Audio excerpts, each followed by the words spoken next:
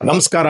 ನನ್ನೆಲ್ಲ ಆತ್ಮೀಯ ಸೋದರ ಸೋದರರಿಗೆ ಸ್ವಾಗತ ಕೋರ್ತಾ ಈ ಕಾರ್ಯಕ್ರಮ ಪ್ರಾರಂಭಿಸಕ್ಕೂ ಮುಂಚೆ ಒಂದು ಪ್ರಾರ್ಥನಾ ಶ್ಲೋಕ. ಶುಕ್ಲಾಂಬರಧರಂ ವಿಷ್ಣುಂ ಶಶಿವರ್ಣಂ ಚತುರ್ಭುಜಂ ಪ್ರಸನ್ನಾವದನಂ ಧ್ಯಾಯೇ ಸರ್ವವಿಘ್ನೋಪಶಾಂತಿ. ಬೆನಕ ಏಕದಂತ ಪಚ್ಚಕಲ್ಲು ಪಾಣಿಬಿಟ್ಲು ಉಪ್ಪು ವಿಘ್ನೇಶ್ವರ ನಿನಗೆ 21 ನಮಸ್ಕಾರಗಳು. ನಾರಾಯಣಂ ನಮಸ್ಕೃತ್ಯಂ ನರಂಚೈವ ನರೋತ್ತಮಂ ದೇವಿ ಸರಸ್ವತಿ ವ್ಯಾಸೋ ಚೈವ ತಥೋ ಮುದ್ರೇತ್. ಶ್ರೀ ಗುರುಭ್ಯೋ ನಮಃ. ಶ್ರೀ ಮಾತ್ರೇ ನಮಃ. ಸ್ನೇಹಿತರೆ, ಈ ವಾರ ಮತ್ತೊಂದು ಸ್ವಾರಸ್ಯಕರವಾದ ಕತೆ. ಈ ಕಥೆನ ರಾಮಾಯಣದಲ್ಲೂ ಬರುತ್ತೆ, ಮತ್ತೆ ರಾಮಮಾನಸ ಚರಿತ್ರದಲ್ಲೂ ಬರುತ್ತೆ, ಮತ್ತೆ ಇದೇ ಕತೆ ಪದ್ಮಪುರಾಣದಲ್ಲೂ ಬರುತ್ತೆ. ಈ ಕಥೆಯ ಸ್ವಾರಸ್ಯ ಏನಪ್ಪಾ ಅಂದ್ರೆ, ರಾಮಚಂದ್ರ ಪ್ರಭು ಸರಿಸುಮಾರು 12,000 ವರ್ಷ ಆಳ್ವಿಕೆಯಲ್ಲಿ ಒಬ್ಬ ಬಾಲಕ ಮರಣಕ್ಕೆ ಗುರಿ ಆಗ್ತಾನೆ. ಆ ಮರಣ ಸರಿಯಾದದ್ದ ಅಥವಾ ಅಕಾಲಕ್ಕೀಡಾಗಿದ್ದ ಅಥವಾ ಯಾರಾದ್ರೂ ಅವನ್ನ ಸಾಯಿಸ್ತ್ರ, ಏನಿದ್ರ ಕತೆ ವಿಶೇಷ? ಯಾಕಂದ್ರೆ ರಾಮಚಂದ್ರ ಪ್ರಭುವಿನ ಕಾಲದಲ್ಲಿ ಒಬ್ಬರೂ ದುಃಖ ತಪ್ಪಿರ್ಲಿಲ್ಲ, ಕುಂಟಕಾಕರಿರ್ಲಿಲ್ಲ, ಆರೋಗ್ಯವಂತರಾಗಿದ್ರು, ಪ್ರತಿಯೊಬ್ಬರೂ ದೃಢಕಾಯರಾಗಿದ್ರು. ಎಲ್ಲೂ ಸಹ ಯಾರ ಮನೆಯಲ್ಲೂ ಸಹ ಒಂದು ಅಳು ಸಹ ಕೇಳ್ತಿರ್ಲಿಲ್ಲ. ಎಲ್ಲ ಸುಖ ಸಂತೋಷವಾಗಿದ್ದಂಥ ಸಂದರ್ಭದಲ್ಲಿ ಈ ಘಟನೆ ನಡೀತು. ಏನಿದರ ಕತೆ ವಿಶೇಷ ಮತ್ತೆ ಏನಿದರ ರಹಸ್ಯ, ಇವೆಲ್ಲ ತಿಳ್ಕೊಬೇಕಾ ಸ್ನೇಹಿತರೆ? ಈ ನನ್ನ ಕಥೆನ ಎಲ್ಲೂ ಸ್ಕಿಪ್ ಮಾಡ್ದಂಗೆ ಕೊನೆಯವರೆಗೂ ನೋಡಿದ್ರೆ ಏನು ಎಲ್ಲ ಅಂತ ನಿಮಗೆ ವಿವರವಾಗಿ ತಿಳಿಸ್ತೇನೆ. ತ್ರೇತಾಯುಗದಲ್ಲಿ ಅಂದ್ರೆ ಈ ಕಥೆನ ಹೇಳ್ತಾ ಇರೋದು ಯಾರು ಅಂದ್ರೆ ವಶಿಷ್ಠರು. ಯಾರಿಗೆ ಅಂದ್ರೆ ನೀವು ಕೇಳಿದ್ರೆ ಆಶ್ಚರ್ಯ ಬೀಳ್ತಾರ. ಈ ಕಥೆನ ಅವರೇ ಅಂದ್ರೆ ಸೂರ್ಯವಂಶಸ್ಥನಾದ ದಿಲೀಪ ರಾಜ, ಅಂದ್ರೆ ರಾಮಚಂದ್ರ ಪ್ರಭುನು ಸಹ ಸೂರ್ಯವಂಶಸ್ಥನಾದವನು. ಹಾಗಾಗಿ ಇದು 28ನೇ ಕಲಿಯುಗ. ಅಂದ್ರೆ ಇದರ ಹಿಂದೆ 27ನೇ ಕಲಿಯುಗ, 27ನೇ ದ್ವಾಪರಾಯುಗ, 27ನೇ ತ್ರೇತಾಯುಗ. ಆ ತ್ರೇತಾಯುಗದಲ್ಲಿ ನಡೆದಂತ ಘಟನೆಯನ್ನ ವಶಿಷ್ಠರು ದಿಲೀಪ ಮಹಾರಾಜನಿಗೆ ಹೇಳ್ತಾ ಇರೋದು. ಅಂದ್ರೆ ಶ್ರೀರಾಮಚಂದ್ರ ಪ್ರಭು ಮತ್ತೆ ಹುಟ್ಟುತ್ತಾರೆ. ಅಂದ್ರೆ ಇದು ನಡೆದಿರುವಂತ ಕತೆ, ಹಿಂದಿನ ನಡೆದಿರುವಂತ ಕಥೆನ ಸುಸ್ಪಷ್ಟವಾಗಿ ವಿವರಣೆ ಕೊಡ್ತಾರೆ. ಅವಾಗ ಹೇಳ್ತಾರೆ, ನಿಮ್ಮ ವಂಶದವನೇ ಆದ ರಾಮಚಂದ್ರ ಪ್ರಭುವಿನ ಆಳ್ವಿಕೆಯಲ್ಲಿ ನಡೆದಂತ ಈ ಘಟನೆನ ನಿನಗೆ ವಿವರಿಸ್ತೀನಿ ಅಂತ ವಶಿಷ್ಠರು ಹೇಳಕ್ಕೆ ಪ್ರಾರಂಭ ಮಾಡಿದ್ರು. ತ್ರೇತಾಯುಗದಲ್ಲಿ ಶ್ರೀರಾಮಚಂದ್ರ ಪ್ರಭು ಲಂಕೆಯಲ್ಲಿದ್ದ ಜಗನ್ಮಾತೆಯಾದ ಸೀತಾಮಾತೆಯನ್ನು ರಾವಣ, ಕುಂಭಕರ್ಣ ಅವನ ಮಗ ಹಾಗೂ ಅನೇಕ ರಾಕ್ಷಸರನ್ನೆಲ್ಲ ಸಂಹಾರ ಮಾಡಿ ವಿಭೀಷಣನಿಗೆ ಲಂಕೆಯಲ್ಲಿ ಪಟ್ಟಾಭಿಷೇಕ ಮಾಡಿಸಿ ಅಲ್ಲಿಂದ ಸೀದಾ ಬಂದು ಅಯೋಧ್ಯೆಯಲ್ಲಿ ತನ್ನ ರಾಜ್ಯವನ್ನು ಅದ್ಭುತವಾಗಿ, ಅಭೂತಪೂರ್ವವಾಗಿ, ಯಾರಿಗೂ ಎಲ್ಲಿಗೂ ಸಂತೋಷವಾಗಿ, ಸುಸಮೃದ್ಧಿಯಾಗಿ ರಾಜ್ಯಭಾರ ಮಾಡ್ತಾ ಇದ್ರು. ಅವರ ಆಳ್ವಿಕೆ ಸರಿಸುಮಾರು 12,000 ವರ್ಷ. ಅವರ ತಂದೆ ಇದ್ದಿದ್ದು 60,000 ವರ್ಷ. ಅಂದ್ರೆ ಇವ್ರದ್ದು ಸರಿಯಾಗಿ ಗೊತ್ತಿಲ್ಲ, ಆದ್ರೆ ಆಳ್ವಿಕೆಯಲ್ಲಿ ಮಾತ್ರ 12,000 ಅಂತ ಮಾತ್ರ ಕೊಟ್ಟಿದ್ದಾರೆ. ಆಗ ನಡೆದಂತ ಒಂದು ಅಭೂತಪೂರ್ವ ಘಟನೆ. ರಾಮಚಂದ್ರ ಪ್ರಭು ತನ್ನ ಆಸ್ಥಾನದಲ್ಲಿ ಕುತ್ಕೊಂಡು ರಾಜ್ಯದ ಸಭಿಕರನ್ನೆಲ್ಲ, ಮಂತ್ರಿಗಳನ್ನ ಕುತ್ಕೊಂಡು ರಾಜ್ಯ ಹೇಗಿದೆ, ಹೇಗೆ ನಡೀತಿದೆ ಅದರ ಬಗ್ಗೆ ಸಮಾಲೋಚಿಸ್ತಿರುವಾಗ ಹೆಬ್ಬಾಗಿಲಲ್ಲಿ ಒಬ್ಬ ವೃದ್ಧ ಬ್ರಾಹ್ಮಣ ದಂಪತಿಗಳು 5 ವರ್ಷದ ಬಾಲಕನ ತಗೊಂಡು ಕೊಳೋ ಅಂತ ಹೇಳ್ತಾ ಇದ್ರು. ಇದನ್ನ ಕೇಳಿದಂತ ಆ ಭಟರು ರಾಮಚಂದ್ರ ಪ್ರಭುವಿಗೆ ಬಂದಿದ್ರು. ಸ್ವಾಮಿ, ಯಾರೋ ಒಬ್ಬ ವೃದ್ಧ ಬ್ರಾಹ್ಮಣ ಸತ್ತೋಗಿರುವಂತ ಒಬ್ಬ ಚಿಕ್ಕ ಮಗು, 5 ವರ್ಷದ ಮಗು ಇಟ್ಕೊಂಡು ಹೇಳ್ತಾ ಇದ್ದಾನೆ, ನ್ಯಾಯ ಕೊಡಿಸಿ ಅಂತ. ಅದೇನು ಅಂತ ಕೇಳಿ ಅಂದಾಗ ಆ ಬ್ರಾಹ್ಮಣನ ಆ ಬ್ರಾಹ್ಮಣ ಆಸ್ಥಾನಕ್ಕೆ ಬಂದಾಗ ರಾಮಚಂದ್ರ ಪ್ರಭು ಅವನಿಗೆ ಆಸ್ಥಾನ ಕಲ್ಪಿಸಿ ಕುಳಿತುಕೊಳ್ಳಕ್ಕೆ ಹೀಗೆ ನಡೆದಂತ ಘಟನೆಯನ್ನು ವಿವರಣೆ ಮಾಡಿ ಅಂತ ಕೇಳ್ಕೊಂಡ್ರು. ಆಗ ಆ ಬ್ರಾಹ್ಮಣ ಹೇಳ್ದ, ಸ್ವಾಮಿ, ನಮಗೆ ಬಹಳ ವರ್ಷಗಳ ಕಾಲ ಮಕ್ಕಳಿರ್ಲಿಲ್ಲ. ನಾವು ಅನೇಕ ವ್ರತ ಉಪವಾಸಗಳನ್ನ ಮಾಡಿದಾಗೂ ನಮ್ಗೆ ಆಗ್ಲಿಲ್ಲ. ಆದ್ರೆ ಈ ಕೊನೆ ಕಾಲಕ್ಕೆ, ಅಂದ್ರೆ ತುಂಬಾ ವಯಸ್ಸಾದ ಕಾಲಕ್ಕೆ ಈ ಮಗು ಹುಟ್ಟ, ಇವನ ಲಾಲನೆ ಪಾಲನೆ ಪೋಷಣೆಯಲ್ಲಿ ನಮ್ಮ ಜೀವನ ಕಳೀತಾ ಇದ್ದೀವಿ. ಆದ್ರೆ ಈ ಬ್ರಾಹ್ಮಣ ವೇದ ಪಾರಂಗತನಾಗಿದ್ದ, ಎಲ್ಲ ಬಲ್ಲವನಾಗಿದ್ದ. ಹಾಗಾಗಿ ಇವನ ಮಗ ಸತ್ತಂತ ಗಳಿಗೆಯನ್ನ ಸುಸ್ಪಷ್ಟವಾಗಿ ಆಲೋಚನೆ ಮಾಡಿದಾಗ ಅಲ್ಲಿ ಯಾವುದೇ ಒಂದು ಹಾವು ಆಗ್ಲಿ ಮತ್ತೊಂದಾಗ್ಲಿ ಕಚ್ಚಿಲ್ಲ, ಮತ್ತೆ ಇವನು ಯಾವುದೇ ರೀತಿಯ ದುರ್ಮರಣಕ್ಕೆ ಈಡಾಗಿಲ್ಲ, ಮತ್ತೆ ವಯಸ್ಸಾಗಿ ಸತ್ತ ಅಂತಾನಿಲ್ಲ. ಇನ್ನು 7 ಕೂಸು, 5 ವರ್ಷದ ಕೂಸು ಸಾಯ್ಬೇಕು ಅನ್ನೋದು ಕಾರಣ ಏನು? ಯಾಕಂದ್ರೆ ರಾಮಚಂದ್ರ ಪ್ರಭುವಿನ ಆಳ್ವಿಕೆಯಲ್ಲಿ ಯಾರೂ ರೋಗಿಷ್ಠರಿರ್ಲಿಲ್ಲ, ಕುಂಟಕಾಕರು ಯಾರೂ ಇರಲಿಲ್ಲ. ಎಲ್ಲ ಆರೋಗ್ಯವಾಗಿದ್ದವರು. ಹಾಗಾಗಿ ಈ ವೃದ್ಧ ಬ್ರಾಹ್ಮಣನಿಗೆ ಅನಿಸಿದೇನಪ್ಪ ಅಂದ್ರೆ, ಶಾಸ್ತ್ರೋತ್ರವಾಗಿ ನೋಡಿದಾಗ ಇದು ರಾಜನ ದೋಷ ಅಂತ ಕಾಣ್ತು. ಅಂದ್ರೆ ರಾಜನ ದೋಷ ಏನು ಅಂದಾಗ ಅದನ್ನ ಅವ್ರ ಮುಖಾಂತರ ತಿಳ್ಕೊಬೇಕು ಅಂತೇಳಿ ಆ ಬ್ರಾಹ್ಮಣ ಬಂದ ಪ್ರಭುಗೆ ಎಲ್ಲ ವಿವರಣೆ ಮಾಡಿ ಹೇಳ್ದ. ಇದನ್ನ ಅರಿತಂತ ರಾಮಚಂದ್ರ ಪ್ರಭು ಒಂದು ಕ್ಷಣ ತನ್ನಲ್ಲಿದ್ದ ಅಭೂತಪೂರ್ವ ಮಂತ್ರಿಗಣಗಳನ್ನ ಕೇಳಿದ. ಯಾರ್ಯಾರು ಅಂದ್ರೆ ಮೌದ್ಗಲರು, ವಶಿಷ್ಠರು, ವಿಶ್ವಾಮಿತ್ರರು, ಕಾತ್ಯಾಯಿನಿಗಳು, ಜೊತೆಗೆ ನಾರದರು ಸಹ ಅಲ್ಲಿದ್ರು. ಅವಾಗ ಅಲ್ಲಿದ್ದವರೆಲ್ಲ ಒಂದು ಕ್ಷಣ ತನ್ನ ದಿವ್ಯ ದೃಷ್ಟಿಯಿಂದ ನೋಡಿದ್ರು ಮುಂದೆ ಏನಾಗುತ್ತೆ ಅಂತ. ಆಗ ಆ ಕ್ಷಣ ನಾರದರು ಹೆದ್ದಿ ಅದಕ್ಕೆ ಉಪಾಯವನ್ನು ಕೊಟ್ಟರು. ನೋಡಿ, ಇಲ್ಲಿ ಇನ್ನೊಂದು ವಿಚಾರ.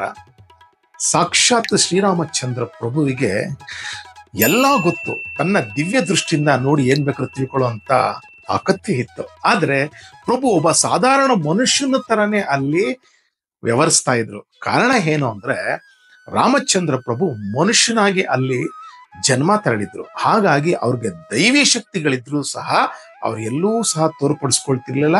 ಸಾಧಾರಣ ಮನುಷ್ಯನ ತರನೇ ಇದ್ರು, ಮನುಷ್ಯನಾಗಿ ಬಿಹೇವ್ ಮಾಡ್ತಾ ಇದ್ರು. ಹಾಗಾಗಿ ನಾರದ್ರು ಹೆದ್ದಿ ಆ ಸಮಸ್ಯೆಗೆ ಪರಿಹಾರವನ್ನು ಕೊಟ್ರು. ಏನಪ್ಪ ಆ ಪರಿಹಾರ ಅಂದ್ರೆ ಕೇಳಿದ್ರೆ ಆಶ್ಚರ್ಯ ಬೀಳ್ತೀರ. ನೋಡಿ, ಪ್ರತಿ ಒಂದು ಯುಗಕ್ಕೂ ಒಂದು ಧರ್ಮ ಇದೆ. ಕೃತಯುಗಕ್ಕೊಂದು ಧರ್ಮ ಇದೆ, ತ್ರೇತಾಯುಗಕ್ಕೊಂದು ಧರ್ಮ ಇದೆ, ದ್ವಾಪರಾಯುಗಕ್ಕೊಂದು ಧರ್ಮ ಇದೆ, ಹಾಗೆ ಕಲಿಯುಗಕ್ಕೂ ಒಂದು ಧರ್ಮ ಇದೆ. ಹೇಳ್ತಾನೆ ಪ್ರಭು. ನಾರದ್ರು ಹೇಳಕ್ ಸ್ಟಾರ್ಟ್ ಮಾಡ್ತಾರೆ. ಪ್ರಭು, ಕೃತಯುಗದಲ್ಲಿ ಬರೀ ಬ್ರಾಹ್ಮಣರು ಮಾತ್ರ ತಪಸ್ ಮಾಡಬೇಕು. ಇನ್ನು ಕ್ಷತ್ರಿಯ, ವೈಶ್ಯ, ಶೂದ್ರರು ಅವರಿಗೆ ಯಾವುದೇ ರೀತಿಯಲ್ಲಿ ತಪಸ್ ಮಾಡುವಂತ ಯೋಗ ಇರಲಿಲ್ಲ. ಅವ್ರಿಗೆ ಈ ಬ್ರಾಹ್ಮಣರನ್ನು ಶುಶ್ರೂಷೆ ಮಾಡಬೇಕಾಗಿತ್ತು. ಹಾಗಾಗಿ ಕೃತಯುಗದಲ್ಲಿ ಅದಿರ್ಲಿಲ್ಲ. ಇನ್ನು ನೆಕ್ಸ್ಟ್ ತ್ರೇತಾಯುಗಕ್ಕೆ ಅಂತ ಬಂದಾಗ ಬ್ರಾಹ್ಮಣ ಮತ್ತೆ ಕ್ಷತ್ರಿಯರು ಮಾತ್ರ ತಪಸ್ ಮಾಡಬೇಕಾಗಿತ್ತು. ಇನ್ನು ಶೂದ್ರ ಮತ್ತೆ ವೈಶ್ಯ ಇಬ್ರು ಅವರಿಗೆ ಸಹಾಯ ಮಾಡಬೇಕಾಗಿತ್ತು. ಇನ್ನು ದ್ವಾಪರಾಯುಗಕ್ಕಂತ ಬಂದಾಗ ಬ್ರಾಹ್ಮಣ, ಕ್ಷತ್ರಿಯ, ವೈಶ್ಯ 3 ಜನ ಮಾತ್ರ ತಪಸ್ ಮಾಡಬೇಕಾಗಿತ್ತು. ಯಾವುದೇ ಕಾರಣಕ್ಕೂ ಶೂದ್ರ ತಪಸ್ ಮಾಡಂಗಿರ್ಲಿಲ್ಲ. ಅವ್ರಿಗೆ ಸಹಾಯ ಮಾಡಬೇಕಾಗಿತ್ತು. ಇನ್ನು ಕಲಿಗಾಲಕ್ಕೆ ಬ್ರಾಹ್ಮಣ, ಕ್ಷತ್ರಿಯ, ವೈಶ್ಯ ಜೊತೆಗೆ ಶೂದ್ರನು ಸಹ ಮಾಡಬಹುದು ಅನ್ನೋದಿದ್ದ. ಆದ್ರೆ ಇವರಿದ್ದಂತ ಕಾಲ ತ್ರೇತಾಯುಗ. ಅವಾಗ ಹೇಳ್ತಾನೆ, ಸ್ವಾಮಿ, ಇದರ ದೋಷ ಆಗಿದೆ, ಇದನ್ನ ಆದಷ್ಟು ಬೇಗ ಕಂಡಿಡೀರಿ.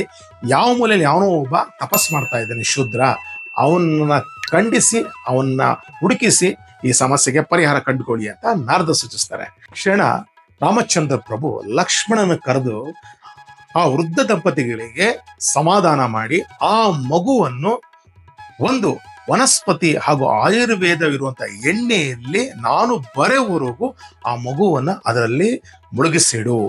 ನಾನು ಆ ಸಮಸ್ಯೆಗೆ ಪರಿಹಾರ ಕಂಡಿಡಿದ ಮೇಲೆ ಇದರ ಒಂದು ಪ್ರಮೋಚನೆ ಮಾಡೋಣ ಅಂತ ಹೇಳ್ಬಿಟ್ಟು ಸ್ವಾಮಿ ಅಲ್ಲಿಂದ ಒಂದು ಕ್ಷಣ ಎಲ್ಲಾ ಸಭಿಕರಿಗೂ ವಂದಿಸಿ ತನ್ನ ದಿವ್ಯ ಸ್ಮರಣೆಯಿಂದ ಅಲ್ಲಿ ಪುಷ್ಪಕ ವಿಮಾನ ಬರೋ ಹಾಗೆ ಮಾಡಿಕೊಂಡ್ರು. ಆ ಕ್ಷಣ ಪುಷ್ಪ ವಿಮಾನ ಬಂತು. ಅದರಲ್ಲಿ ತನ್ನ ದಿವ್ಯ ಆಯುಧಗಳನ್ನ, ಶಸ್ತ್ರಾಸ್ತ್ರಗಳನ್ನ ತಗೊಂಡು ಪರಮಾತ್ಮ ಒಬ್ಬನೇ ಹೊರಟಿ ಪೂರ್ವ ದಿಕ್ಕಿಗೆ ಹೋದ. ಅಲ್ಲಿ ವಿಂಧ್ಯ ಪರ್ವತದಲ್ಲಿ ನೋಡಿದ ಸುತ್ತಮುತ್ತ ಯಾರು ಎಲ್ಲೂ ಕಾಣಲಿಲ್ಲ. ಮತ್ತೆ ಎಲ್ಲ ಅಲ್ಲಿ ಆ ಒಂದು ಸಮಸ್ಯೆಗಳು ಎಲ್ಲೂ ಕಾಣ್ತಾ ಇರಲಿಲ್ಲ. ನೋಡಿದ ಎಲ್ಲರೂ ತುಂಬಾ ಸಾಧುಗಳಾಗಿದ್ರು, ಎಲ್ಲೂ ಅಂತ ಒಂದು ಸೂಚನೆಗಳು ಕಂಡಿಲ್ಲ. ಅಲ್ಲಿಂದ ಪಶ್ಚಿಮ ದಿಕ್ಕಿಗೆ ಹೋದ್ರು. ಪಶ್ಚಿಮ ದಿಕ್ಕಲ್ಲೂ ಸಹ ಎಲ್ಲ ಸಾಧುಗಳೇ ಇದ್ರು, ಪ್ರಶಾಂತವಾಗಿತ್ತು. ಮತ್ತೆ ಅಲ್ಲಿಂದ ಅವ್ರು ಏನ್ ಮಾಡಿದ್ರು, ಮತ್ತೆ ಉತ್ತರ ದಿಕ್ಕಕ್ಕೆ ಹೋದ್ರು. ಉತ್ತರ ದಿಕ್ಕಲ್ಲೂ ಸಹ ಎಲ್ಲೂ ಆ ತರ ಒಂದು ವಾತಾವರಣ ಕಾಣಲಿಲ್ಲ, ಎಲ್ಲ ಪ್ರಶಾಂತವಾಗಿತ್ತು. ಕೊನೆಗೆ ಅವ್ರು ಏನ್ ಮಾಡಿದ್ರು, ದಕ್ಷಿಣ ದಿಕ್ಕಿಗೆ ಬಂದ್ರು. ದಕ್ಷಿಣ ದಿಕ್ಕಲ್ಲಿ ಬಂದಾಗ ಯಮುನಾ ನದಿ ತೀರದಲ್ಲಿ ಒಂದು ಮರದ ಕೆಳಗಡೆ ಒಬ್ಬ ಜೋತಾಡುತ್ತಿದ್ದನ್ನು ನೋಡಿದ. ಅವನು ತಪಸ್ವಿಯಾಗಿದ್ದ. ಇದನ್ನು ನೋಡಿದ್ದ ಮಹಾಪ್ರಭು ಕ್ಷಣ ಅಲ್ಲಿ ಹೋಗಿ ಕೇಳ್ದ, ಏ ತಪಸ್ವಿ, ಯಾರು ನೀನು? ಯಾತಕ್ಕಾಗಿ ತಪಸ್ ಮಾಡ್ತಿದ್ಯಾ? ನೀನು ಬ್ರಾಹ್ಮಣನೋ, ಕ್ಷತ್ರಿಯನೋ, ವೈಶ್ಯನೋ?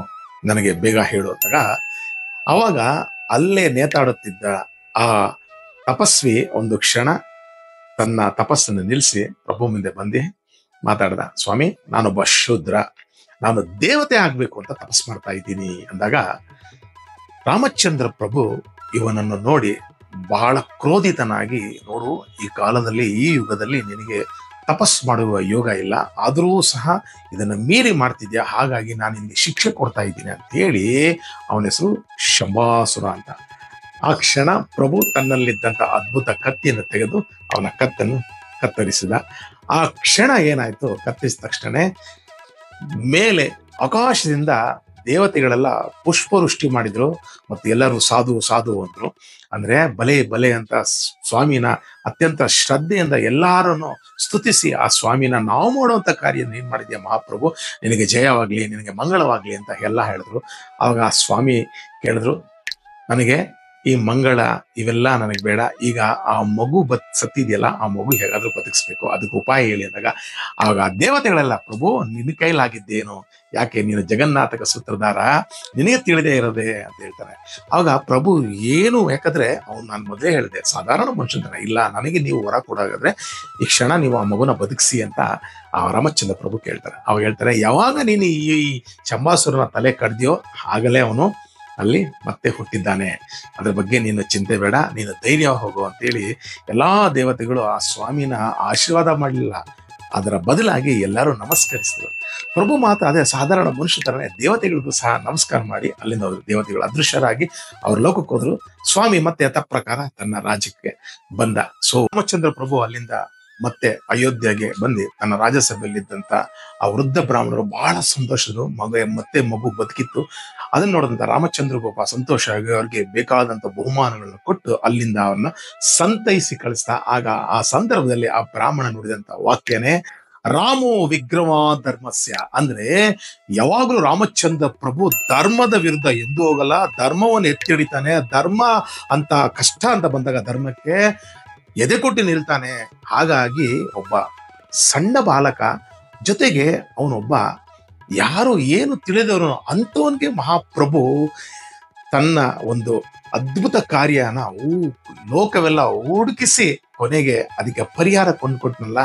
ಹಾಗಾಗಿ ಆ ಕ್ಷಣ ಬಂದಂತ ಅದ್ಭುತವಾದ ನಾಮ ರಾಮೋ ವಿಗ್ರಹ ಅಂತ ಮತ್ಸ್ಯ ಅಂತ. ಸ್ನೇಹಿತರೆ, ಅದೇ ರೀತಿ ಮನುಷ್ಯ ಸತ್ತಾಗ ಬರೀ 12 ದಿನಗಳು ಮಾತ್ರ ಹಿಡಬೇಕು ಅನ್ನೋದಿದೆ. ಆದ್ರೆ ಇದರ ಪರಿಪೂರ್ಣ ರಹಸ್ಯ ಹೇಳ್ತೀನಿ ಕೇಳಿ. ಕೃತಯುಗದಲ್ಲಿ ಒಂದು ಮಂಡಳನ 48 ದಿನಗಳ ಕಾಲ ಒಬ್ಬ ಮನುಷ್ಯ ಸತ್ತಾಗ ಅವನು ದೇಹ ಕೆಡ್ತಿರ್ಲಿಲ್ಲ, ಹಾಗೆ ಇರ್ತಿತ್ತು. ಮತ್ತೆ ಕೃತಯುಗ ಆದ್ಮೇಲೆ ತೇತ್ರಾಯುಗ, ಈ ತೇತ್ರಾಯುಗದಲ್ಲಿ ಮನುಷ್ಯ 36 ದಿನಗಳು ಸಹ ದೇಹ ಕೆಡ್ತಿರ್ಲಿಲ್ವಂತೆ, ಹಾಗೆ ಇರೋದಂತೆ. ಮತ್ತೆ ಇನ್ನು ದ್ವಾಪರಾಯುಗಕ್ಕಂತ ಬಂದಾಗ 24 ದಿನಗಳು ಮಾತ್ರ ಇತ್ತು, ಮತ್ತೆ ಅದು ಸಹ ದೇಹ ಕೆಡ್ತಿರ್ಲಿಲ್ವಂತೆ. ಇನ್ನು ಕಲಿಗಾಲಕ್ಕೆ 12 ದಿನ. ಹಾಗಾಗಿ 12 ದಿನದ ನಂತರ ಶ್ರಾದ್ದ ಕಾರ್ಯನ 13 ದಿನ ಪ್ರಾರಂಭ ಮಾಡ್ತಾರೆ. ಇದು ಇದರ ತಾತ್ಪರ್ಯ ಸ್ನೇಹಿತರೆ. ಅದೇ ರೀತಿ ಮನುಷ್ಯನ ಗುಣಗಳು ಹಾಗೆ ಇರುತ್ತಂತೆ, ಮತ್ತೆ ಬುದ್ಧಿನೂ ಹಾಗಿರುತ್ತಂತೆ. ಕೃತಯುಗಕ್ಕೆ 4 ಬಾರಿ ಬುದ್ಧಿಶಕ್ತಿ ಚೆನ್ನಾಗಿರುತ್ತಂತೆ, ತೇತ್ರಾಯುಗಕ್ಕೆ ಬರೀ 3 ಬಾರಿ ಮಾತ್ರ ಬುದ್ಧಿಶಕ್ತಿ ಚೆನ್ನಾಗಿರುತ್ತಂತೆ. ಹಾಗೆ ತೇತ್ರಾಯುಗ ಆದ್ಮೇಲೆ ದ್ವಾಪರಾಯುಗಕ್ಕೆ 2 ಬಾರಿ ಬುದ್ಧಿಶಕ್ತಿ ಚೆನ್ನಾಗಿರುತ್ತಂತೆ. ಇನ್ನ ಕಲಿಗಾಲಕ್ಕೆ ಒಂದೇ ಬಾರಿ. ಅದಕ್ಕೆ ನಮ್ಮಲ್ಲಿ ಏನಾಗಿದೆ ಅಂದ್ರೆ ಬುದ್ಧಿಶಕ್ತಿ ಇದ್ರೂ ಅದನ್ನ ಒಳ್ಳೆ ರೀತಿ ಉಪಯೋಗಿಸ್ಕೊಳ್ಳೋದಿಲ್ಲ, ಒಳ್ಳೆ ಕಾರ್ಯಕ್ಕೆ ಉಪಯೋಗಿಸ್ಕೊಳ್ಳೋದಿಲ್ಲ, ಸದ್ವಿನಿಯೋಗ ಮಾಡ್ಕೊಳ್ಳಲ್ಲ. ಯಾಕಂದ್ರೆ ಐಚ್ಛಿಕ ವಿಚಾರಗಳೇ ಜಾಸ್ತಿ ಆಗಿರುತ್ತೆ, ಬೇಡದಿರೋ ವಿಚಾರಕ್ಕೆ ನಾವು ಜಾಸ್ತಿ ಕಾನ್ಸಂಟ್ರೇಟ್ ಮಾಡ್ತೀವಿ. ನಮಗೆ ಅದರಿಂದ ಒಳ್ಳೇದಾಗತ್ತೆ, ಅದರಿಂದ ನಮ್ಮ ಜೀವನ ಉದ್ಧಾರ ಆಗುತ್ತೆ, ನಮಗೆ ಅದರಿಂದ ನಮ್ಮ ಜೀವನ ಉದ್ಧಾರ ಮಾಡ್ಕೊಬಹುದು ಅನ್ನೋದು ಬಹಳ ಜನಕ್ಕೆ ಗೊತ್ತಿದ್ರು ಸಹ ಅವ್ರು ಅದನ್ನ ಪಾಲಿಸೋದಿಲ್ಲ. ಇದು ಕಲಿಯುಗ ಧರ್ಮ, ಏನು ಮಾಡಕ್ಕಾಗಲ್ಲ. ಅದೇ ಹೇಳಿದ್ರಲ್ಲ, ಕಾಲಾಯ ತಸ್ಮಾಯ ನಮಃ ಅಂದಂಗೆ ಕಾಲಕ್ಕೆ ಎಲ್ಲರೂ ಬಾಗ್ಲೇಬೇಕು. ಆದ್ರೆ ಈ ಕಾಲಕ್ಕೆ ಪರಮಾತ್ಮನ ದಿವ್ಯ ನಾಮ ಸ್ಮರಣೆ ಒಂದೇ ನಮ್ಮನ್ನ ಕಾಪಾಡೋ ಸ್ನೇಹಿತರೆ. ಅದು ಬಿಟ್ರೆ ನಿಮ್ಗೆ ಯಾವುದು ಕಾಪಾಡಲ್ಲ. ಆದಷ್ಟು ಎಷ್ಟಾಗುತ್ತೋ ನಾನು ಕೇಳೋದಷ್ಟೇ. ಈ ಕಲಿಗಾಲದ ಧರ್ಮನೇ ಅದು. ನಾನು ನಿಮ್ಗೆ ಮೊದಲು ಒಂದು 4-5 ಎಪಿಸೋಡ್ ಹಿಂದೆ ಹೇಳಿದ್ದೆ, ತೀರ್ಥಯಾತ್ರೆಗಳು, ತೀರ್ಥಕ್ಷೇತ್ರಗಳು, ದೇವಸ್ಥಾನಗಳು, ಹೋಮ ಯಜ್ಞ ಇವೆಲ್ಲದಕ್ಕಿಂತ ಪುಣ್ಯ ಕಥಾನಕ. ಯಾಕಂದ್ರೆ ಇದು ನಾನು ಹೇಳಿಲ್ಲ, ಸಾಕ್ಷಾತ್ ವೇದವ್ಯಾಸರೇ ಹೇಳಿರೋದ್ರಿಂದ ಪುಣ್ಯ ಕಥೆಗಳನ್ನ, ಪುಣ್ಯ ಪ್ರವಚನಗಳನ್ನ ಯಾರು ಅತ್ಯಂತ ಶ್ರದ್ಧಾ ಭಕ್ತಿಯಿಂದ ಕೇಳ್ತಾರೋ ಅವರಿಗೆ ಈ ಕಲಿಗಾಲಕ್ಕೆ ಅವರು ಮಾಡಿದಂಥ ಪಾಪಗಳೆಲ್ಲ ದಷ್ಟಭ್ರಷ್ಟವಾಗೋದ್ರಲ್ಲಿ ಸಂದೇಹನ ಬೇಡ. ಇದು ನಾನು ಹೇಳಿಲ್ಲ, ಸಾಕ್ಷಾತ್ ವೇದವ್ಯಾಸರು ಹೇಳಿರೋದು.